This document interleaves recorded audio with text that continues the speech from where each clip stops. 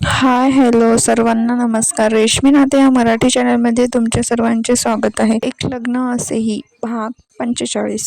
ऑडिटोरियममध्ये नाही, मीही आत्ताच लायब्ररीमधून आलोय. तिथंही नव्हती. मग ही मुलगी गेली कुठे? तेही अशी बॅग ठेवून रुद्र मनात म्हणाला. शीतल, मिस शीतल कुठे आहे? रुद्र विचार करत म्हणाला. सर, आम्ही तिलाही सकाळपासून पाहिलं नाही. दुसरी मुलगी. एक काम करा, तुम्ही सईला शोधायला मला मदत करा. तुम्ही लेडीज वॉशरूममध्ये बघा, मी बाहेर चेक करतो. रुद्र म्हणाला. Okay sir. त्या मुली लगेच वॉशरूमकडे गेल्या आणि रुद्र तिची बॅग घेऊन त्याच्या कॅबिनकडे बॅग टेबलवर ठेवली आणि त्याचा फोन घेऊन बाहेर आला. प्रकाश, सईला बघितलं का? रुद्र एका पिऊनला म्हणाला.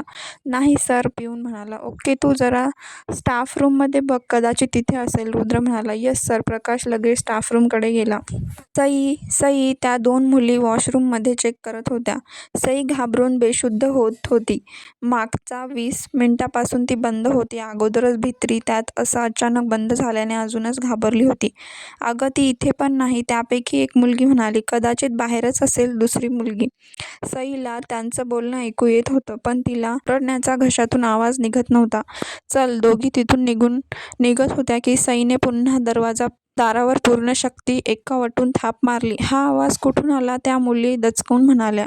इथून आला बहुतेक. एक मुलगी बंद असलेल्या दाराकडे बघून म्हणाली. दार बाहेरून बंद आहे, मग आत कोण आहे? त्या मुली घाबरून म्हणाल्या. तोवर पुन्हा आवाज आला. बघूया. एक मुलगी. नको बाई, मला भीती वाटते. आपण रुद्र सरांना बोलावू, दुसरी मुलगी म्हणाली आणि दोघेही पळत रुद्रकडे गेल्या. सर सर, वॉशरूममध्ये. त्या मुली धापा टाकत म्हणाल्या. वॉशरूममध्ये काय आहे? रुद्र म्हणाला. माहीत नाही सर, पण कसला तरी आवाज येतोय, एक मुलगी श्वास कंट्रोल करत म्हणाली. रुद्र लगेच लेडीज वॉशरूमकडे पळत गेला. त्याच्या मागे त्या दोन मुली पण गेल्या. त्याने पाहिलं, तिथे कोणीच नव्हतं. सर, यामधून आवाज येत होता. रुद्रने दाराची कुडी उघडली आणि आत सई बेशुद्ध अवस्थेत पडलेली दिसली. सई, रुद्र घाबरून म्हणाला. सई, त्या दोन मुली तिला तसं बघून घाबरल्या. रुद्रने तिला उचलून घेतलं आणि बाहेर आणलं. त्याने तिला कॅबिनमध्ये नेलं, टेबलवर ठेवलं. सई सई, उठ. रुद्र तिच्या गालावर टॅप करत म्हणाला. सर, पाणी. त्या मुलीने बॉटल उघडून पाणी दिलं. सई, रुद्रने तिच्या चेहऱ्यावर पाणी मारलं. सईने हलके डोळे उघडले. तिला शुद्धीवर आलेलं बघून रुद्रला थोडं बरं वाटलं.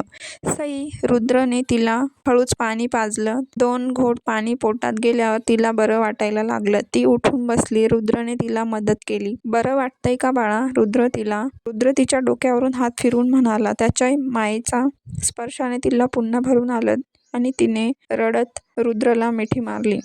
सई, घाबरू नको. You are safe now. Rudra तिला लहान बाळासारखं समजावत होता. तिची अवस्था बघून तिचा क्लासमधल्या मुलींनाही खूप वाईट वाटत होतं. थोड्या वेळ सई, बरं वाटतंय का? रुद्र म्हणाला. तिने हो मध्ये मान डोलावली. तू इथे एकटी काय करत होतीस? आणि शीतल कुठे आहे? तुम्ही नेहमी सोबत असताना. रुद्र काळजीने म्हणाला. तर आज आलीच नाही आणि मी थोडं फ्रेश होण्यासाठी वॉशरूममध्ये गेले होते, सई म्हणाली. मग बॅग नाही घेऊन गेलीस? फोन जवळ असता त्यालाच एवढा त्रास झाला नसता ना? रुद्र म्हणाला. मी बॅग घेऊन गेले होते, पण बाहेर राहिली, सई मुसमुसत म्हणाली. रुद्रला लगेच लक्षात आलं की कोणीतरी जाणून बुजून तिला वॉशरूममध्ये बंद केलं आणि तिची बॅग क्लासमध्ये आणून ठेवली. ओके, तुझा फोन वाजत होता. कदाचित देवांशचा फोन होता, रुद्र म्हणाला. तिने चमकून रुद्रकडे बघितलं. तू फोन करून बोल. रुद्र आणि त्या मुली बाहेर गेल्या. सईने लगेच डोळे पुसले आणि स्वतःला नॉर्मल करत देवांशला फोन केला. तिचा फोन बघून देवांशचा जीव आला. एकदा तर त्याला वाटलं लगेच मुंबईला परत जावं. हॅलो, सई हळू आवाजात म्हणाली. हॅलो सई बाळा, तू ठीक आहेस ना? फोन का केला नाहीस? आणि माझा घेतलाही नाहीस. तू ठीक तर आहेस ना? मला सांग, काही प्रॉब्लेम आहे का? देवांश काळजीने म्हणाला. देवांश, हो, किती काळजी करताय? मी ठीक आहे. कॉलेजमध्ये आहे. ऑडिटोरियममध्ये गेले होते, तिथे वेळ लागला आणि फोन करायचा विसरले. सई त्याच्याशी बोलत होती आणि रुद्र त्यांचं बोलणं ऐकून गालात हसला. अजूनही तसाच आहे. किती काळजी करतो? रुद्र मनात म्हणाला आणि त्याला त्याचे मैत्रीचे दिवस आठवले. किती जिवलग मित्र होते रुद्र आणि देवांश. पण ईशामुळे दोघात खूप गैरसमज झाले होते. कॉलेजमध्ये असताना अमित त्यांचा चांगला मित्र होता. तो त्याच्यापेक्षा थोडा सिनियर होता. स्पोर्ट्समुळे त्यांची मैत्री झाली होती. अमितमुळे त्यांची बहीण ईशासोबत देवांशची ओळख झाली. देवांशची श्रीमंती आणि त्याची पर्सनॅलिटी बघून ईशाने त्याच्याशी स्वतःहून जवळीक केली. पुढे जाऊन दोघांत मैत्री वाढली. मग दोघे एकमेकांना डेट करायला लागले. ईशा दिसायला सुंदर होती, चांगल्या घरातील होती, तिचं एक स्टेटस होतं. त्यामुळे माईने तिला लग्नाची मागणी घातली. तिने होकारही दिला. एक दिवस पबमध्ये सगळे एन्जॉय करत होते. ईशा जाणून बुजून एका मुलीसोबत भांडली. तिने तिचा बराच अपमान केला. तेव्हा रुद्रने तिला त्या मुलीची माफी मागायला सांगितली. तेव्हा तिने रुद्रवर काहीही आरोप केला. रुद्रने रागात येऊन तिचा हात पकडला आणि हे देवांशला खटकलं. मग ईशाने रडून गोंधळ घातला आणि देवांशला तिच्या साईडने केलं. रुद्र आणि देवांशमध्ये यावरून बराच वाद झाला. देवांशने त्याचं काहीच ऐकून घेतलं नाही आणि त्यांची मैत्री तुटली. दोघेही शाळा कॉलेजपासूनचे मित्र, पण ईशामुळे त्यांची इतक्या दिवसाची मैत्री तुटली होती. हे सगळं आठवून रुद्रच्या डोळ्यात हलकं पाणी जमा झालं. सर, सई फोन ठेवून बाहेर आली. झालं बोलून, रुद्र म्हणाला. येस सर, थँक्स, सई म्हणाली. कशासाठी, रुद्र म्हणाला. तुम्ही आज वेळेवर आला नसतात तर, सई म्हणाली. दुसरं कोणी आलं असतं. नाव चिअर अप.